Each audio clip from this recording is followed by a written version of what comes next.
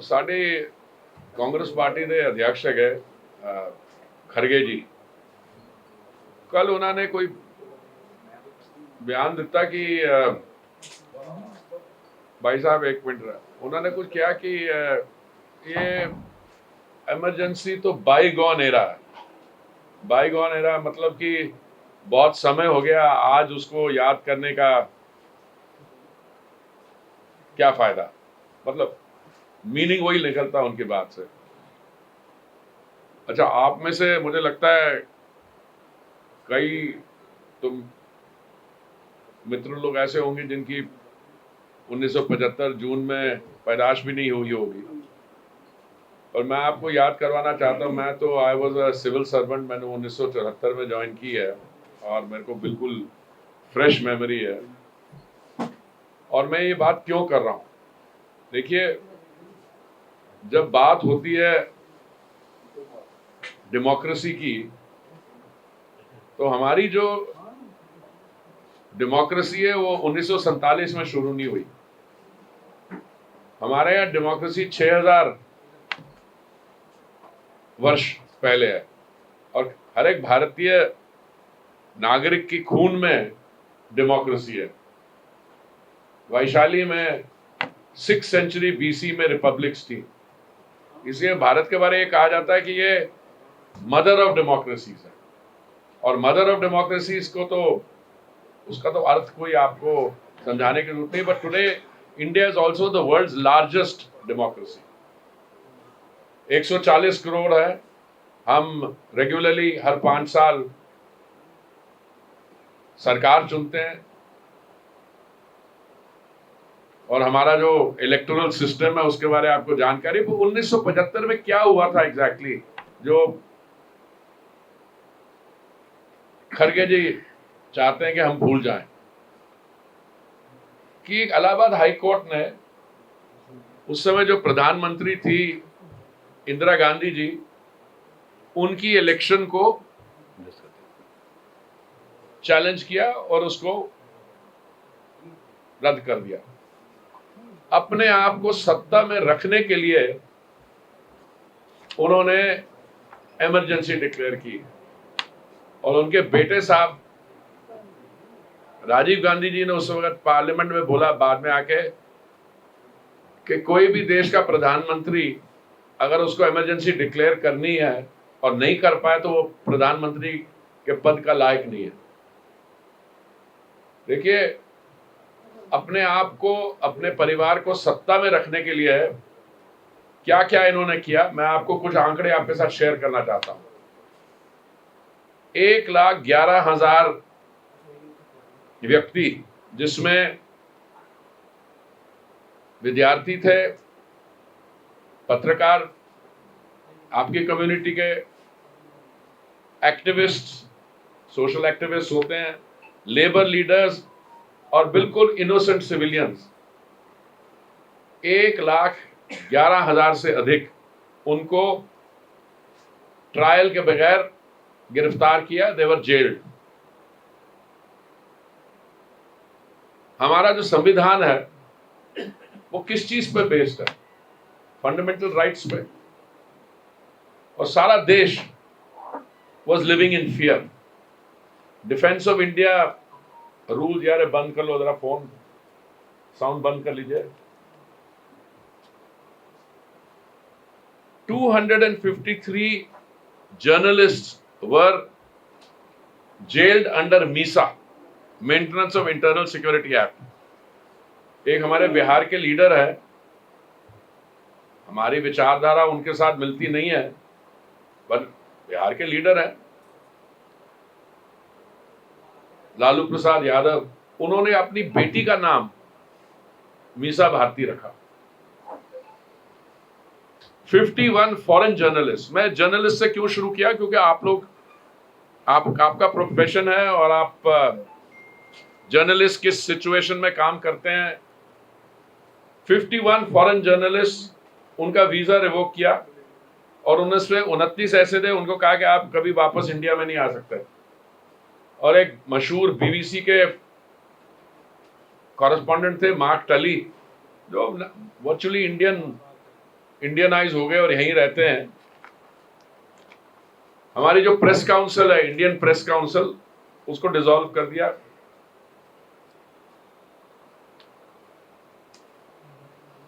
मैं एक उस समय की 26 जून की टाइम्स ऑफ इंडिया की हेडलाइन ढूंढ रहा हूं, मुझे मिल जाएगी। एक मिनट।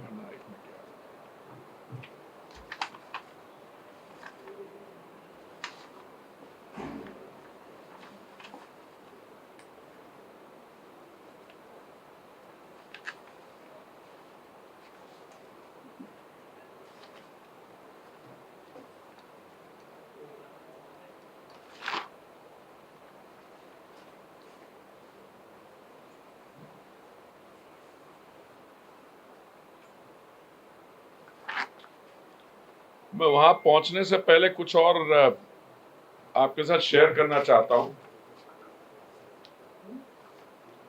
इमरजेंसी जब डिक्लेयर की गई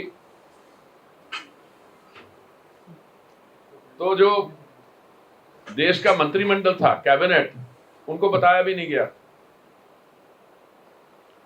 जो प्रधानमंत्री जी के सचिव थे, परमेश्वर नारायण हक्सर, पीएन हक्सर, उन्होंने कहा कि ये मीटिंग तो फॉर्मेलिटी थी। और इंदिरा जी ने once famously she said, when I impose emergency not even a dog बार्क्ड।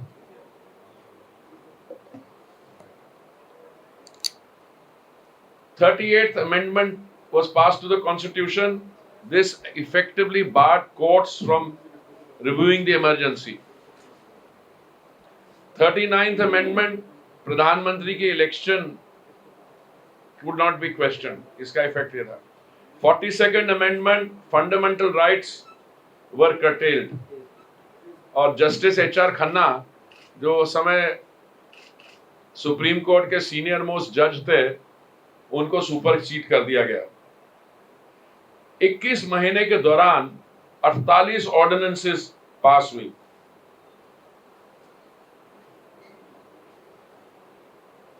उन्नीस 1976 में ये शब्द अच्छा नहीं है, स्लम रेजिडेंट्स, इनको अच्छा शब्द होगा इनफॉर्मल सेटलमेंट्स, पर जो झुग्गियों में रहते थे तुर्कमान गेट में, पुलिस ने जाके वहां पे फायर कर दी। डेथ टोल जो है उसके 20 से 150 में है। कुलदीप नायर जो बड़े मशहूर पत्रकार थे, उन्होंने कहा कि 150 लोगों की डेथ हुई। और संजय जी जरा बर्थ कंट्रोल में विश्वास रखते थे, तो लोगों को घर से जाके उठाया गया और उनकी फोर्स्ड स्टेरिलाइजेशन करवाई गई।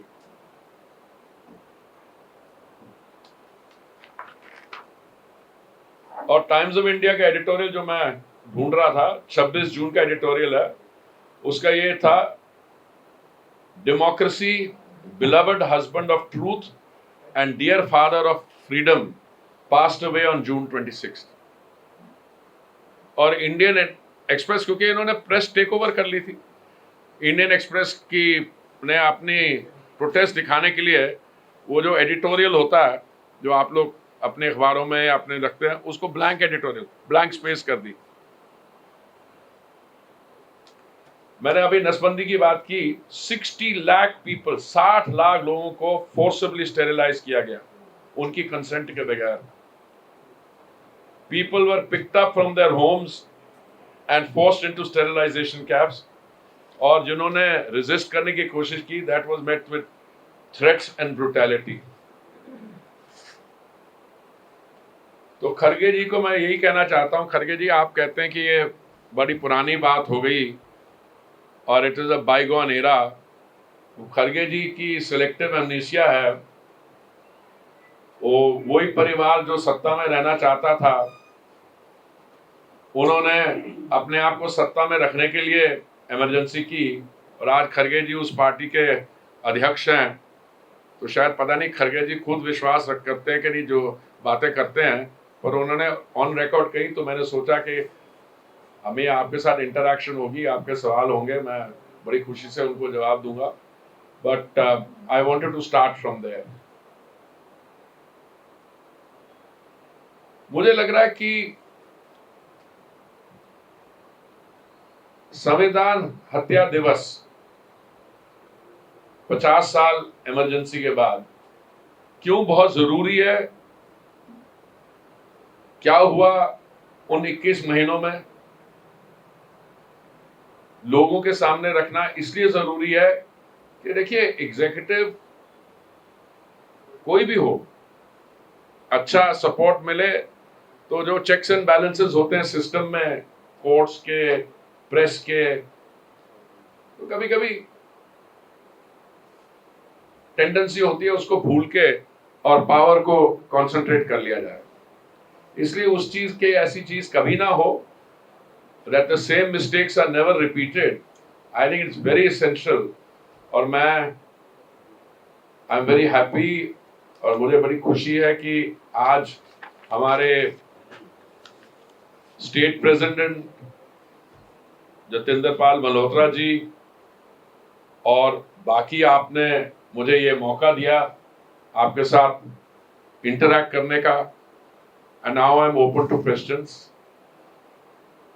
मंत्री, जैसे ये चैप्टर है, इसको क्या पाठ्यक्रमों में भी लाया जा सकता है, जैसे 7वीं 8वीं 10th इस तरह के, ताकि उनको भी जानकारी हो क्या नुकसान था? नहीं, लाना चाहिए, बट वो तो देखिए वो तो पार्टी का काम होगा। मैं आज आपके सामने भारतीय जनता पार्टी के कार्यकर्ता के नाते में आया हूँ।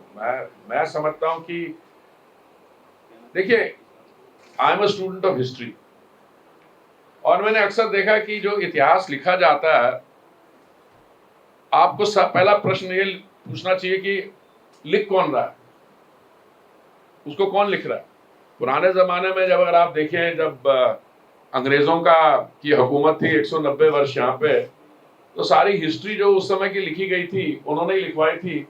उसमें वो ये कहना चाहते थे कि जब अंग्रेजों के यहाँ आने से उनका यहाँ आने से पहले भारत में कुछ था ही नहीं, उन्होंने आके यहाँ पे मॉडर्न गवर्नेंस, ये सरेआम झूठ है।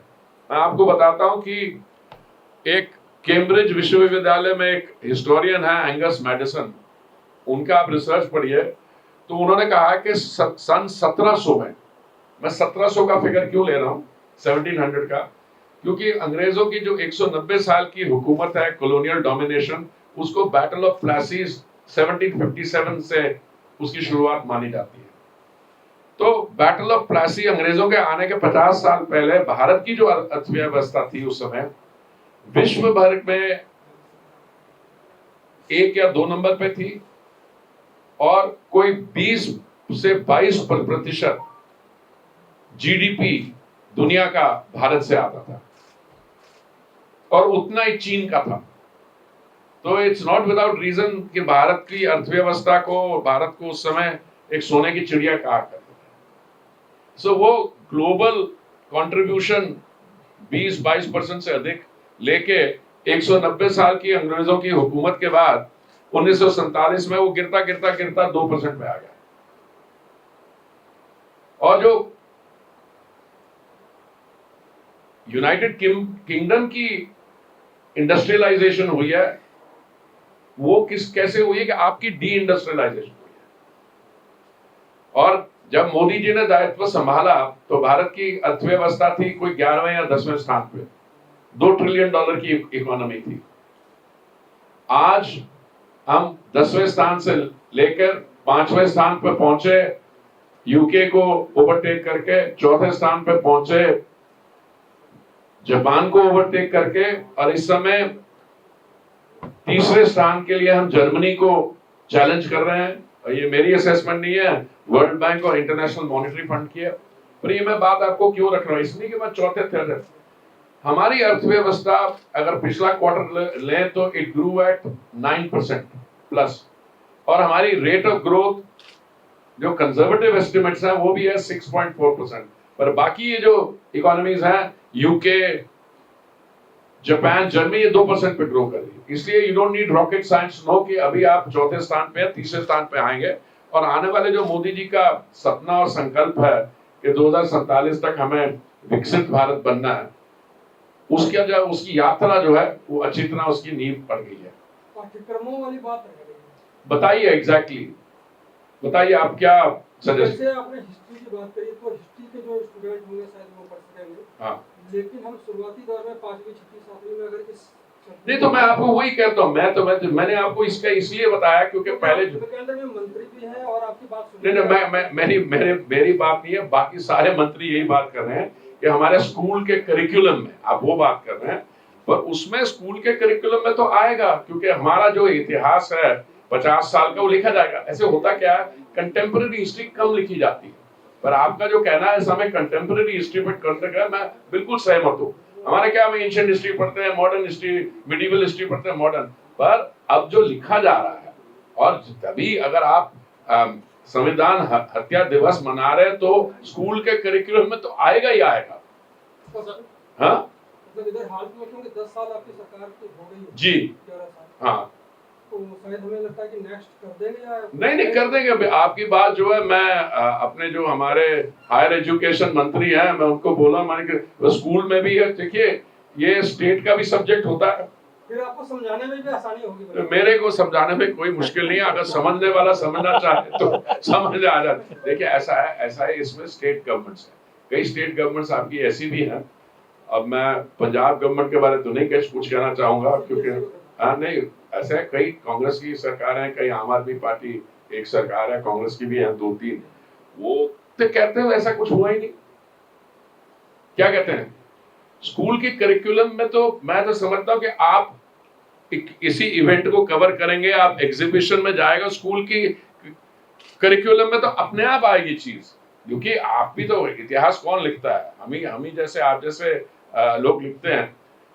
10 साल में हमने देरी की, मुझे नहीं लगता, हम तो ये बात करते आए हैं। देखिए उस समय जब ये जून की बात कर रहा हूँ 1975 की, हमारे ही लोग हमारे उस समय तो मोदी जी प्रचारक थे, वो पंजाब आए, उन्होंने जो जिन परिवारों के कुछ लोगों को अरेस्ट किया गया उनसे मिले, अंडरग्राउंड लिटरेचर दिया, तो this is what I call work in progress.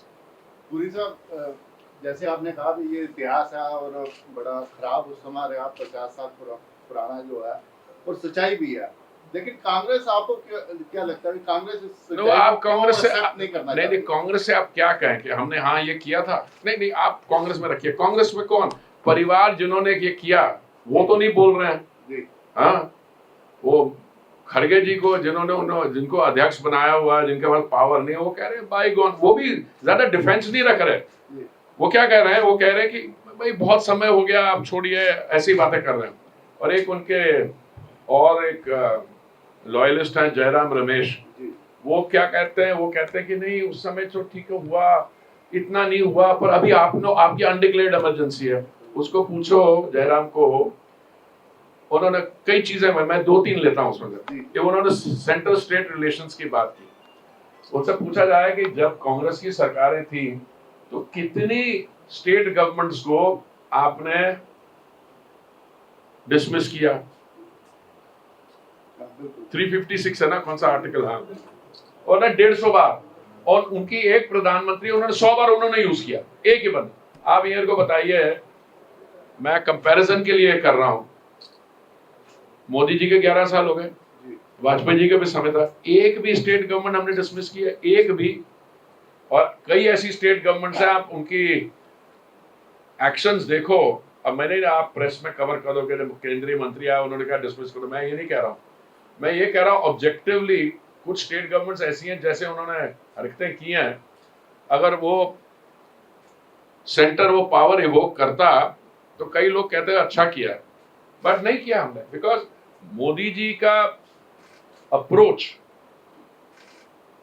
Democracy पे बिल्कुल अलग है। और मैं आपको वादे से, मैं बड़े दावे से कहता हूं, जितनी गाली हमको मिलती है, abuse, invective is hurled at us, और किसी देश में होना, पता है जो भी फॉर्म ऑफ गवर्नमेंट हो, डेमोक्रेसी हो, डिक्टेटर बंद करने, हमारे यहाँ पता नहीं कैसी कैसी चीजें लोग कह जाते हैं।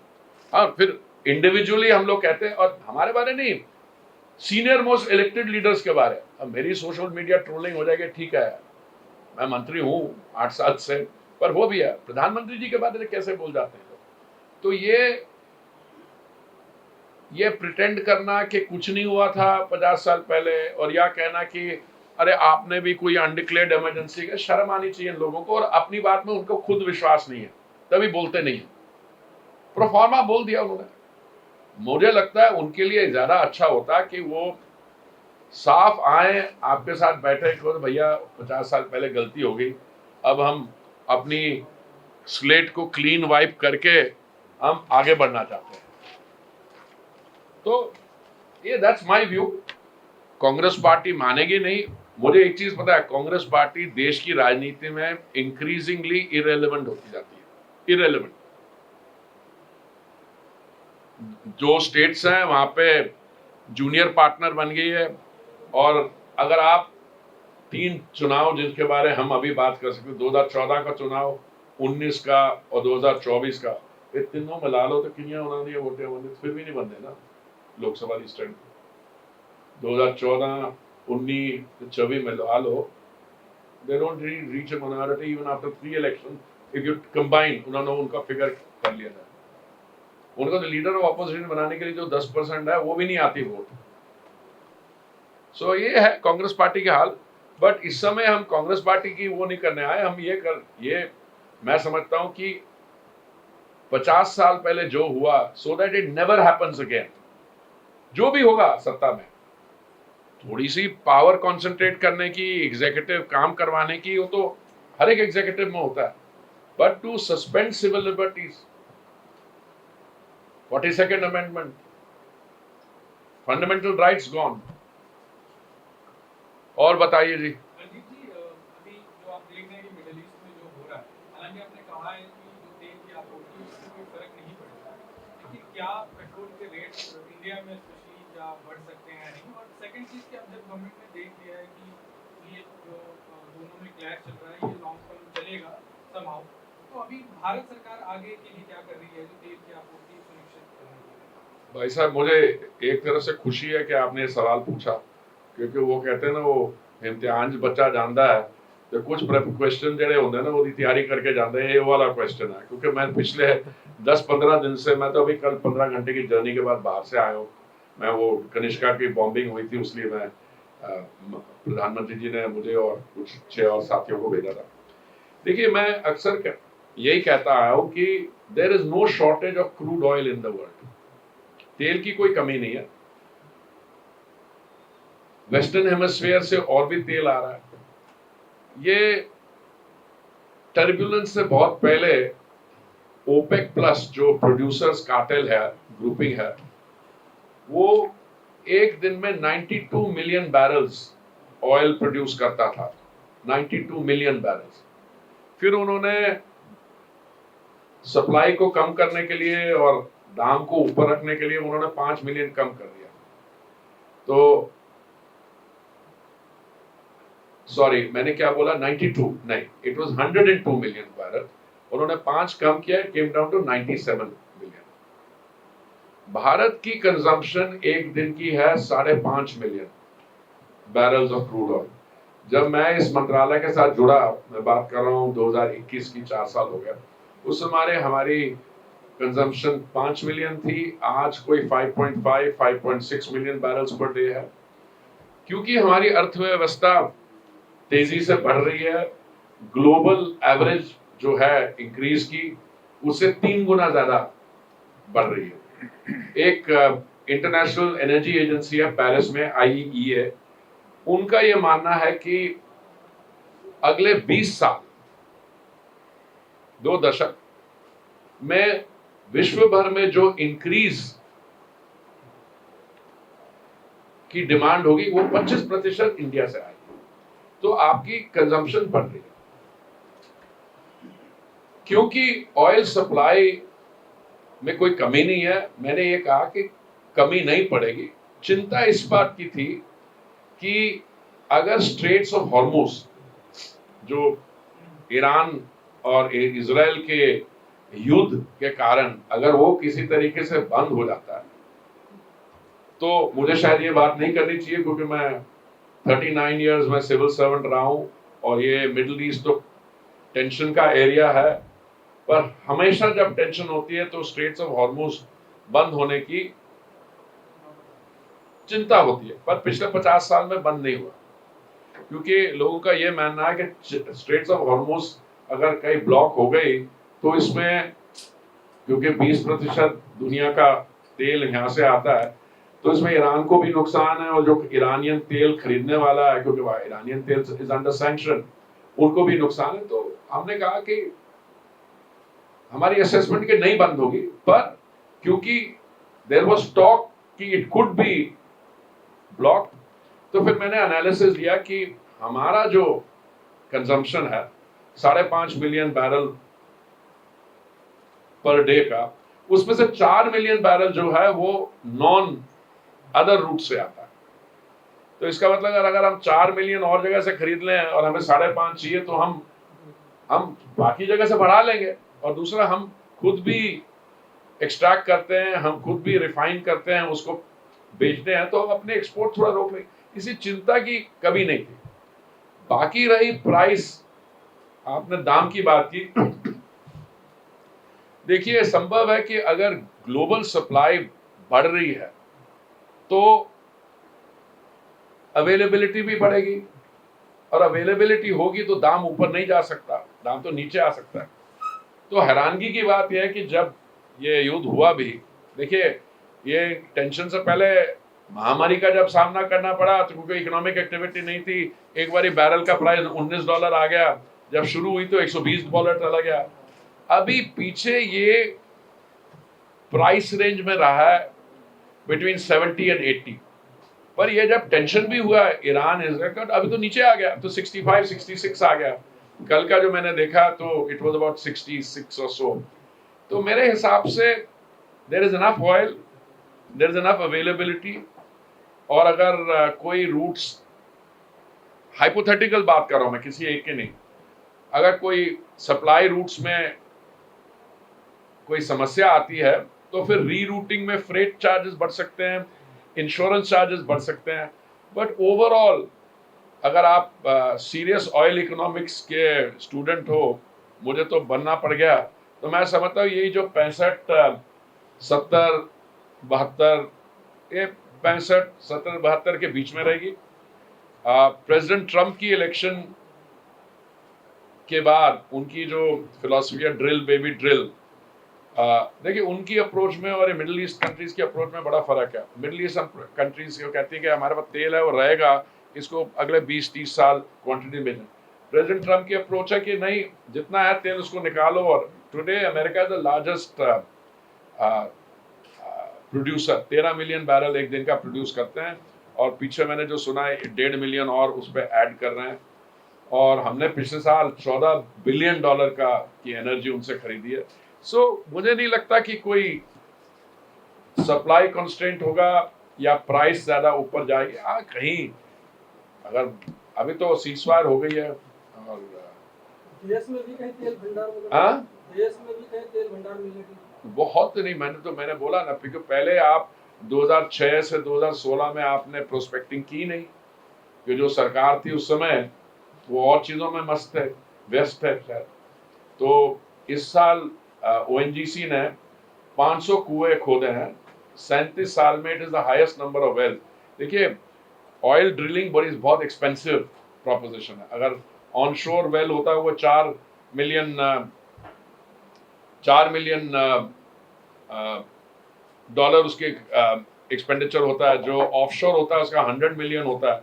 अब जैसे गायाना, मैं हमेशा कहता हूँ there is a Guyana to be waiting to be discovered in the Andaman sea, क्योंकि मैंने 2-2.5 साल में जो हमने डिस्कवरीज की हैं उसमें कितनी पोटेंशियल है उसको जोड़ लो। और अभी तो 2000 मीटर पे जब 5000 मीटर में जाएगा नीचे तो और भी एक्सपेक्टेशन है। तो अगर आप मान के चलिए कि अंडमान सी में है ऑयल, तो ऑयल तो एक जगह रहता नहीं है, फ्लोट होता है।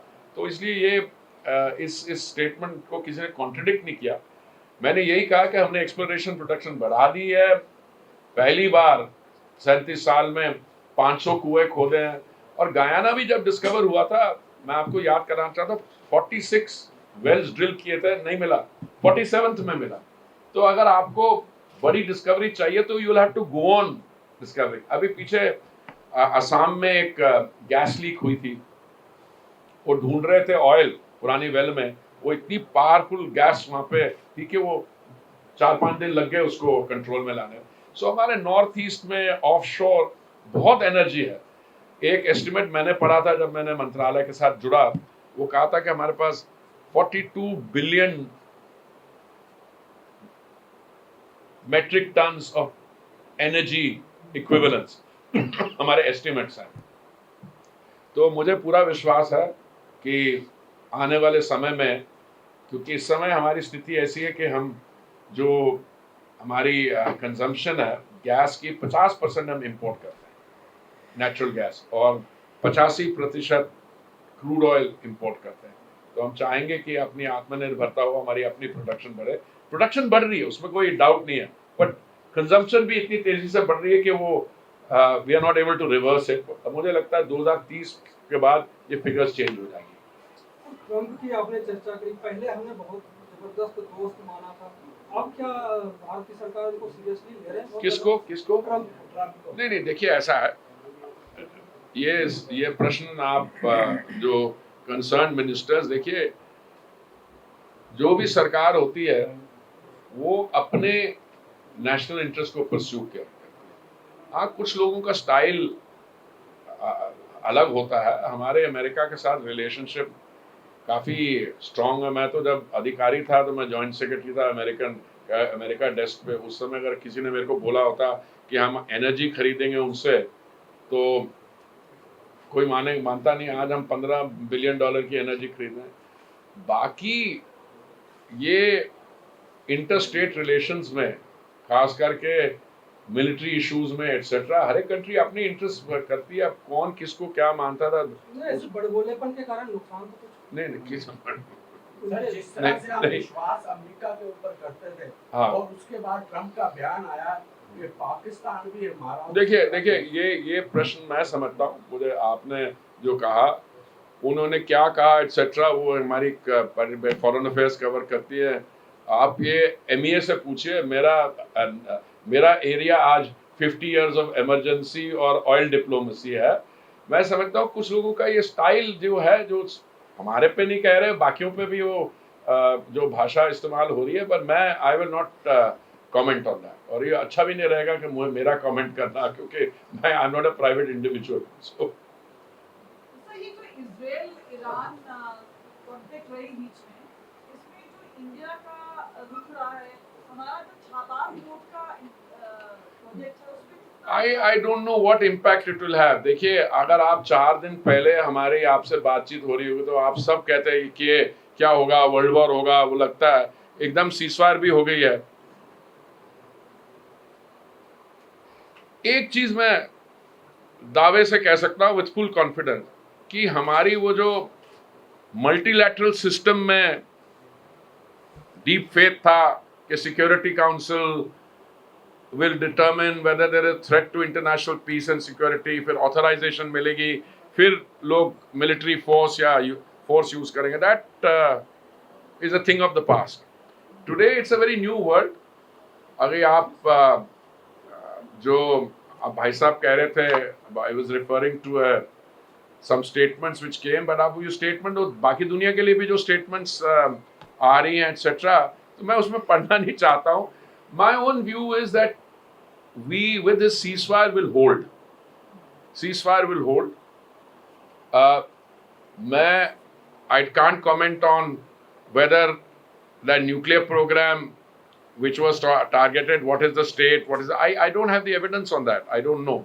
But I think the overwhelming sense today is, जो भी इस गेम में countries involved हैं, countries in the Gulf, countries outside the Gulf region, सबका इंटरेस्ट यही है कि अभी to come back to peaceful reconstruction. Now, how long that lasts, if you were to ask me that question, I would not be able to answer it.